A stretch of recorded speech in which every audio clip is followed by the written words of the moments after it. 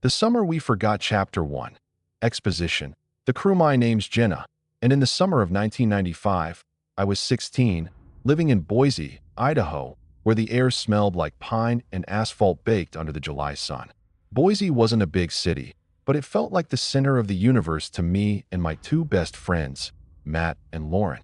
We were inseparable, the kind of trio that made people roll their eyes when we showed up together, laughing too loud, finishing each other's sentences. Matt was the tall one, lanky with a mop of brown hair that always fell into his eyes, obsessed with Nirvana and his beat-up skateboard. Lauren was shorter, with a blonde ponytail and a laugh that could cut through a crowded diner. She had this way of making you feel like you were in on a secret, even if she was just talking about her mom's meatloaf. Me, I was the quiet one, always sketching in my notebook, doodling band logos or random faces I saw at the mall. I thought I was deep because I listened to Pearl Jam and wrote bad poetry about the mountains that we hung out at the Boise Town Square Mall most days, splitting fries at the food court or sneaking into the arcade to watch older kids play Mortal Kombat. It was our kingdom, that fluorescent-lit sprawl of stores and escalators. We'd sprawl out on the benches, sipping orange Julius's, talking about how we'd get out of Boise someday, maybe move to Seattle or LA, where real stuff happened. That summer, we were young, restless, and dumb enough to think we were invincible. It was the kind of summer where you could feel the world waiting for you to mess up. Chapter 2. Inciting Incident. The new guy. It was late June when we met Caleb. He showed up at the arcade one afternoon, leaning against the claw machine, watching us lose quarters on Street Fighter. He was older, maybe 19, with a faded denim jacket, a lip ring, and eyes that didn't blink enough. He had this half-smile, like he knew something we didn't, and when he spoke, his voice was low, like he was letting us in on a secret. "You guys any good at this?" he asked, nodding at the game. Matt, always the loudmouth, laughed and said, "Better than you, probably." Caleb just smirked and dropped a quarter in, beating Matt's high score in under 5 minutes. After that, Caleb started showing up everywhere. The arcade, the food court, even the parking lot where we'd sit on the curb, passing a stolen cigarette. He wasn't from Boise, he said, just passing through, crashing with a cousin or something. He talked about places he'd been, Portland, Denver, some town in Montana where he swore he saw a UFO once. We ate it up. To us, he was worldly, dangerous, the kind of guy who'd done things we only saw in movies. Lauren thought he was cute, and Matt liked how he'd slip us extra tokens when the arcade guy wasn't looking. I didn't say much, but I liked how he noticed my sketches, flipping through my notebook like it was art, not just doodles. "You've got something real here," he said once, tapping a drawing of a crow I'd done in pencil. My face got hot, and I mumbled something stupid. Chapter 3. Rising Action. The invitation. By July, Caleb was part of our crew, or at least it felt that way. He'd show up unannounced, always with a story, how he'd hitchhiked across Idaho or snuck into a bar in Boise's North End. One night, we were sprawled out on the grass in Morrison Park, the Boise River glinting under the streetlights, when Caleb lit a cigarette and said, "You guys ever been to the old quarry out by Lucky Peak?" We hadn't. The quarry was this abandoned spot past the reservoir, a place kids whispered about but never went. It was too far, too creepy, surrounded by sagebrush and stories of ghosts or weirdos who lived out there. "There's a party out there this weekend," Caleb said, exhaling smoke. "Bunch of people, music, beer. You should come." Lauren's eyes lit up. "Like a real party? Not some lame high school kegger?" Caleb nodded, grinning. "Real as it gets. I'll drive." Matt was in immediately, hyped at the idea of something new. I hesitated. My mom was strict, always checking where I was, but the idea of a party, something straight out of a John Hughes movie, felt like a chance to be someone else for a night. I said I'd go, ignoring the knot in my stomach. Caleb clapped his hands together. "That's my girl," he said, winking at me. I laughed it off, but the way he looked at me lingered, like he was sizing me up. Chapter 4. Rising Action. The drive. Saturday night. We piled into Caleb's beat-up Chevy pickup, the kind with rust spots and a dashboard that smelled like old coffee. Lauren called shotgun, so Matt and I squeezed into the back, my sketchbook shoved into my backpack. The drive to Lucky Peak was longer than I expected, the city lights fading into dark stretches of highway, then a bumpy dirt road that wound through hills. Caleb had a tape deck blasting Smashing Pumpkins, and we were all singing along, windows down, the summer air whipping through the truck. For a while, it felt like freedom, like we were characters in our own story, untouchable. But as the road got rougher, the vibe shifted. Caleb wasn't singing anymore. He kept glancing in the rearview mirror, not at us, but at the road behind, like he was checking for something. Matt noticed too, nudging me and whispering, "This dude's acting weird." I shrugged it off, but my hands were sweaty. The quarry was further than I thought, and when we finally pulled up, it wasn't what I expected. No cars, no music, just a dark, rocky pit surrounded by scrubland, the moonlight glinting off jagged stones. "Where's the party?" Lauren asked, her voice sharp. Caleb cut the engine. "It's down there," he said, pointing into the quarry. "Gotta walk a bit." Chapter 5. Rising Action. The quarry. We followed Caleb down a narrow path into the quarry, our sneakers crunching on gravel. The air was cooler here, heavy with the smell of dust and sage. I kept my flashlight on, the beam bouncing off rocks, but Caleb didn't seem to need one. He moved like he knew the place, his steps sure, his denim jacket blending into the shadows. Lauren was chatting nervously, asking about the party, but Caleb's answers were short, vague. "It's just up ahead," he kept saying, but we'd been walking for 10 minutes, and there was no sign of anyone else. No music, no voices, nothing.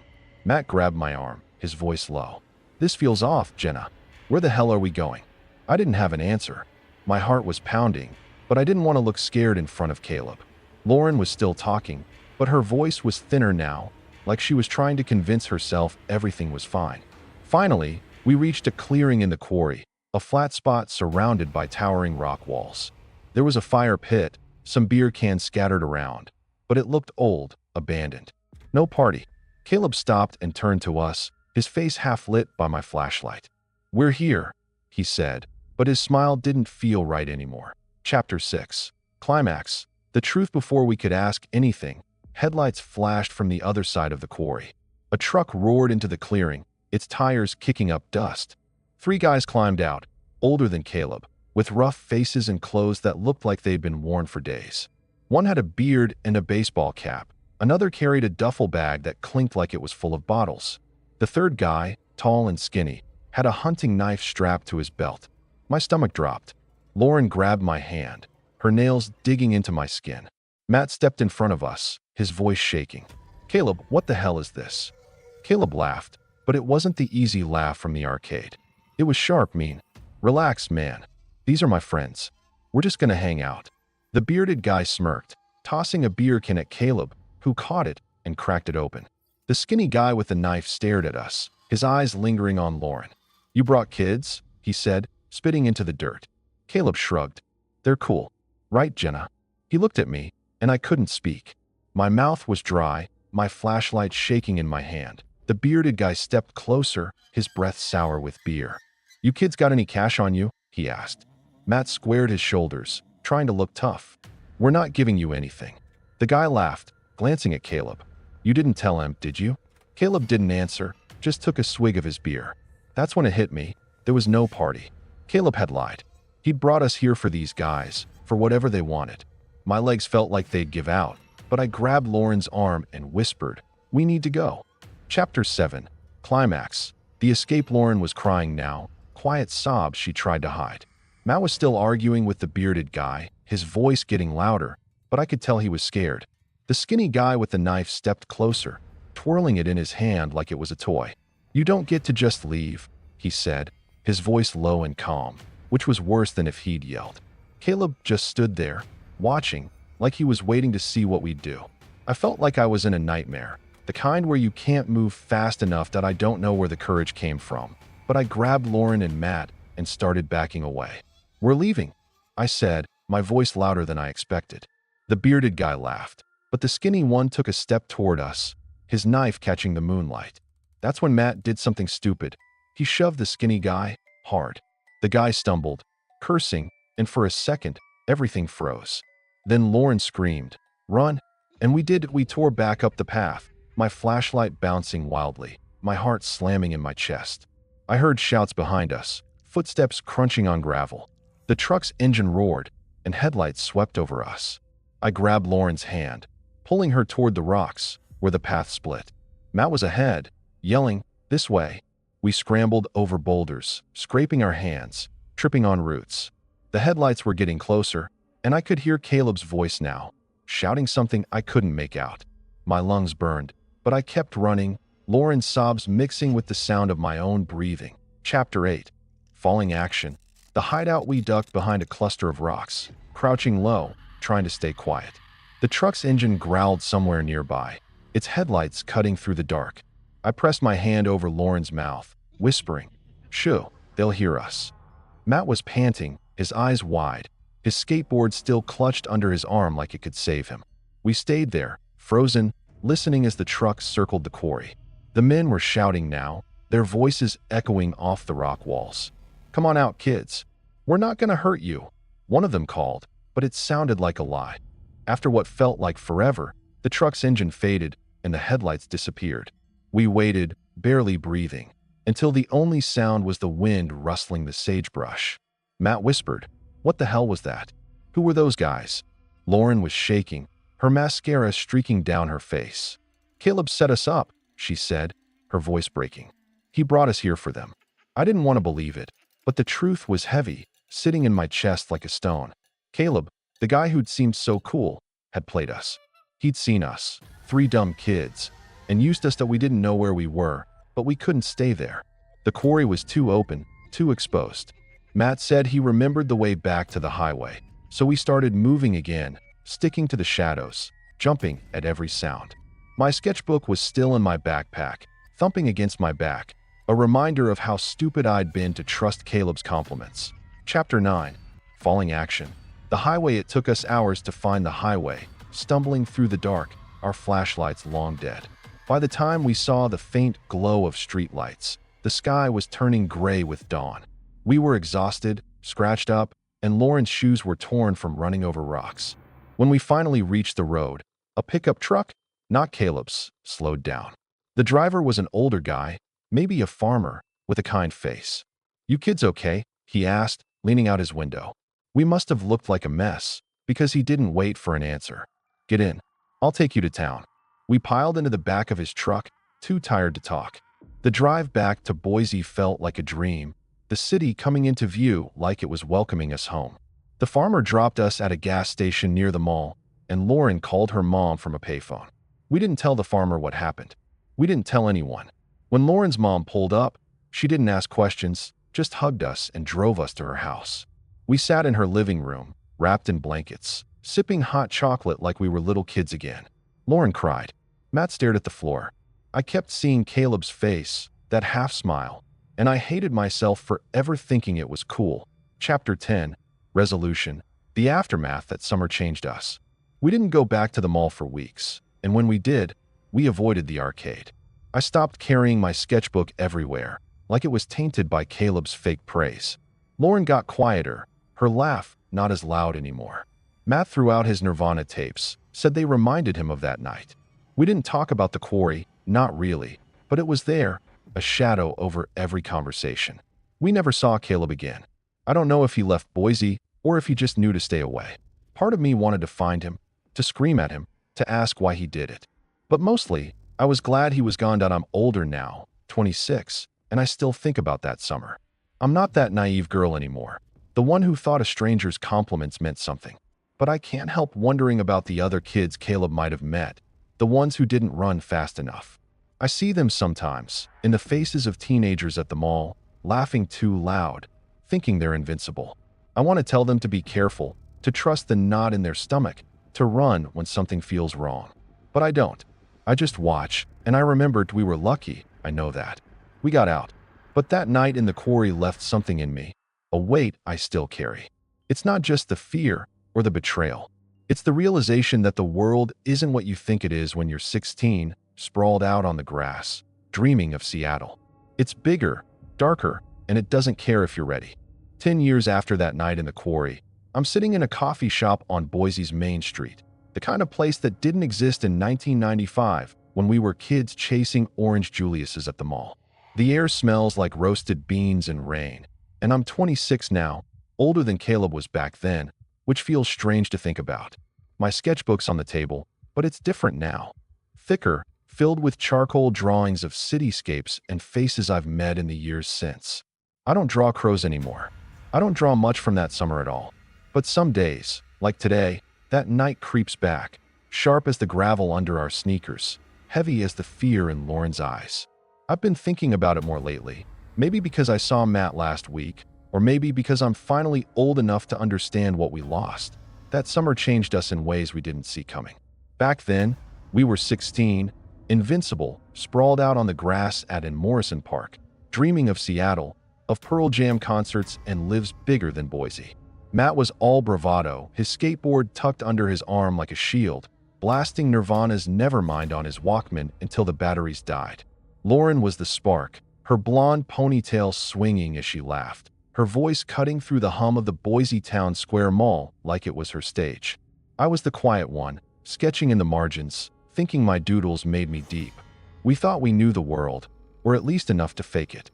Then Caleb showed up, with his lip ring and his half-smile, and we let him in because he seemed like the key to something bigger.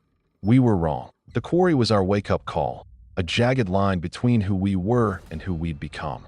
That night, running through the dark, my heart slamming in my chest, I realized the world wasn't the safe, shiny place I'd imagined. It was bigger, darker, and it didn't care if we were ready. We got out, yeah, but we left pieces of ourselves behind. Pieces I'm still trying to make sense of. This coffee shop, with its indie music and hipster baristas, feels a million miles from that summer. But the weight of it's still here, sitting in my chest like a stone. I've spent years picking it apart, trying to understand why we trusted Caleb, why we didn't tell anyone, why we let that night define us for so long. After Lauren's mom picked us up from the gas station, we didn't talk about it. Not really. We sat in her living room, wrapped in blankets, sipping hot chocolate that tasted like ash in my mouth. Lauren's mascara was streaked down her face, and Matt kept staring at the carpet like he could burn a hole through it. I wanted to say something, to make it okay, but my throat was tight, my hands shaking around the mug. Lauren's mom didn't push us for details, just kept refilling our cups, her eyes soft but worried. I think she knew we'd been through something bad, but we were too young, too scared, to put it into words. We didn't tell her about Caleb or the men with the knife, didn't mention the quarry or the way our legs burned running through the dark. We just sat there, silent, like if we didn't say it out loud, it didn't happen. The rest of that summer was a blur. We stopped going to the mall, stopped hanging out at the arcade where Caleb first found us. Matt threw out his Nirvana tapes, said they reminded him of the truck's tape deck, of Caleb's voice singing along to Come As You Are like he was one of us. Lauren got quiet, her laugh softer, her eyes darting to the shadows like she was waiting for someone to step out. I stopped carrying my sketchbook everywhere, shoved it under my bed like it was evidence. My mom noticed something was wrong. She'd catch me staring out the window, ask why I wasn't with Matt and Lauren, but I'd just shrug, say I was tired. How do you tell your mom you followed a stranger to a quarry, that you almost didn't come back? How do you explain the shame of being that stupid? School started in August, and we tried to act normal. Matt joined the soccer team, started hanging out with new guys who didn't know about the quarry.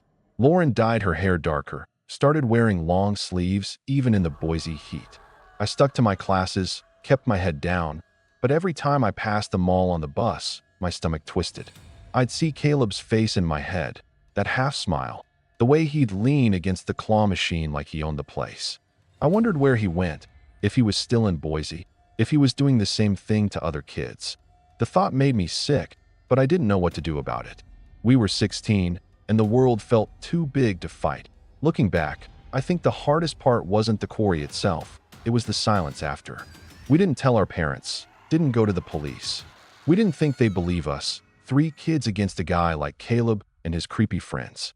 Boise in 1995 wasn't the kind of place where you talked about stuff like that. It was all church potlucks and high school football games, not stories about strangers luring kids to abandoned quarries. If we'd said something, would it have mattered? I don't know. The police might have laughed, told us we shouldn't have been out there. Our parents might have grounded us for life. So we kept it inside, let it fester, let it change us in ways we didn't see until years later. Matt's the one who broke the silence, sort of. Last week, I ran into him at a record store downtown, flipping through vinyls like he was looking for something he'd lost. He's different now, taller, broader, with a beard and a job at some tech startup. But when he saw me, his eyes lit up, and for a second, he was 16 again, all lanky limbs and bad hair. We grabbed coffee, sat in a booth by the window, and it didn't take long for the quarry to come up. "You ever think about that night?" he asked, stirring his coffee like it was a job. I nodded, my throat tight. "All the time." He told me he still has nightmares, wakes up sweating, hearing the truck's engine in his head. He said he blamed himself for a long time, for not seeing through Caleb, for pushing that guy with the knife. "I thought I was tough," he said, laughing, but it wasn't a real laugh. "I was just a kid." I told him I blamed myself too, for trusting Caleb, for not listening to the knot in my stomach. We sat there, picking at our muffins, trading pieces of that summer like they were shards of glass. Matt said he's okay now, mostly. He's got a girlfriend, a dog, a life that feels normal. But he doesn't listen to Nirvana anymore. Doesn't skate, either. Those things belong to the kid he used to be, the one who thought he could take on the world. Lauren's harder to talk about. She moved away after high school, went to college in Oregon, then California. We kept in touch for a while, sending letters, then emails when that became a thing. But her messages got shorter, more distant, like she was trying to leave Boise behind. The last time I saw her was 5 years ago, at a friend's wedding. She looked good, her hair back to blonde, her smile almost like it used to be. But when I brought up the quarry, just a passing mention, her face shut down. "I don't think about that," she said, too fast, and changed the subject. I didn't push. I knew what she meant. Some things you bury because digging them up hurts too much. For me, the quarry's a ghost that shows up uninvited. I'm a graphic designer now, working freelance, drawing posters for local bands and logos for small businesses. I'm good at it, better than I was at 16, but every time I pick up a pencil, I feel that summer breathing down my neck. I don't draw crows anymore, like I said. I don't draw anything that feels too close to that night. But I sketch people sometimes, strangers I see at coffee shops or bus stops, and I wonder if they've got their own quarries, their own Calebs. I wonder if they got out. The thing about that summer is it taught me how fragile trust is. Caleb didn't just lie to us. He saw us, really saw us, and used it. He saw Matt's need to be cool, Lauren's hunger for something exciting, my quiet hope that someone would notice me. He took those pieces and twisted them, turned them into a trap. I think about the other kids he might have met, the ones who didn't have a Matt to shove a guy or a Lauren to scream, "Run." I think about the ones who didn't make it back to the highway, who didn't get a farmer to drive them home. That's what keeps me up at night, more than the quarry itself. The idea that we were lucky, and maybe others weren't. Boise's changed since 1995. The mall's still there, but it's different. New stores, brighter lights, a food court that feels too clean. The arcade's gone, replaced by some chain clothing store. And Morrison Park is still green, still full of kids on summer nights, but I don't go there much. It feels like a museum of who I used to be. I walk past it sometimes, on my way to work or a friend's place, and I see teenagers laughing, sprawled out on the grass like we were. I want to tell them to be careful, to listen to the voice in their head that says something's off. But I don't. They wouldn't listen, just like we didn't. I've thought about reporting what happened, even now. I looked up the quarry once, found out it's still there, mostly overgrown, a place kids still whisper about but don't go. I thought about calling the police, telling them about Caleb, the truck, the men with the knife. But what would I say? It's been 10 years, and I don't even know Caleb's last name. I don't know if he's still out there, if he's still finding kids to lure to dark places. The thought makes my skin crawl, but I don't know how to fix it. I don't know if I can. Matt and I talked about it at the coffee shop, about whether we should have said something back then. He thinks it wouldn't have mattered.